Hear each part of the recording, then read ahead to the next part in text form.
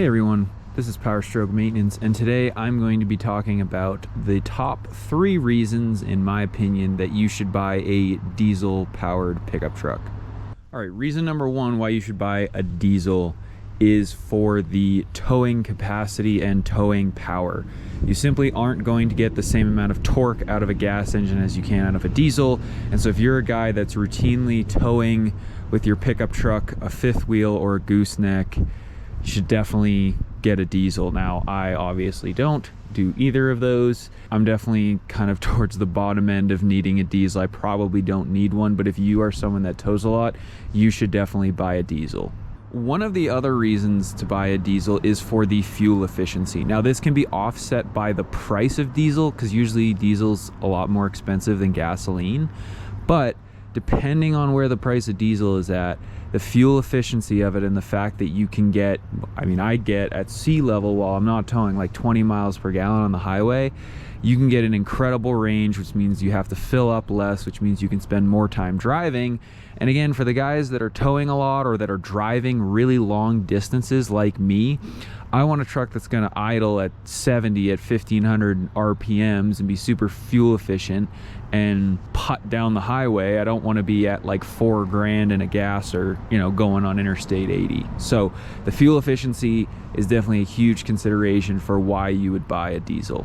And finally, the last reason why you should buy a diesel, and this one I'm sure will cause some debate, so be sure to leave a comment below, but durability and longevity. The older pre-emissions diesels would routinely get up to and over 1 million miles on the odometer. Now, even though these newer diesels like mine that have the EGR and have the high pressure fuel system and all the things that can cause a lot of problems, if you take care of them, there are still guys that get these newer 6.7 motors up to 1 million miles. Now, on the flip side of that, there are definitely a lot of gas motors that'll get up to 1 million miles, and I really think that's where it comes down to how you treat the vehicle, how you maintain it.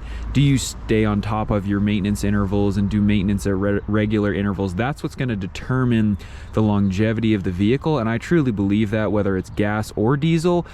But for a lot of people, a diesel engine represents a lot more of a durable, hardworking investment for them. They want something that's going to put out the power and is going to be able to do it for thousands and thousands and hundreds of thousands of miles. Again, that last point, I don't know if I totally agree with. I think if you maintain something properly, it's going to last a long time. And so durability of the diesel engine is definitely in question for these newer ones, but the older 7.3s, they were as reliable as it gets. So that's reason number 3. And finally, I'll do a bonus reason just because I know there's a few people that have this reason themselves, and I just like having a diesel to drive just because it's so fun.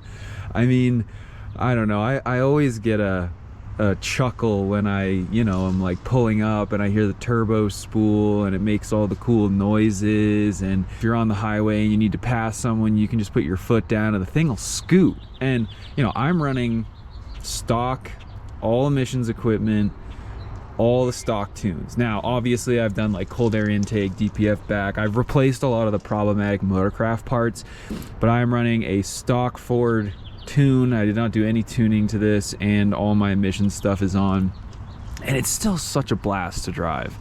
I wouldn't go out and buy a sports car. I would rather drive this. So bonus reason. So anyway, guys, thanks for checking out this video. I appreciate it. Definitely subscribe. I'm documenting my journey as a Power Stroke 6.7 owner. I have another video I just did where I break down my basic maintenance costs for an entire year from 2022, so be sure to check that out, and we'll see you next time.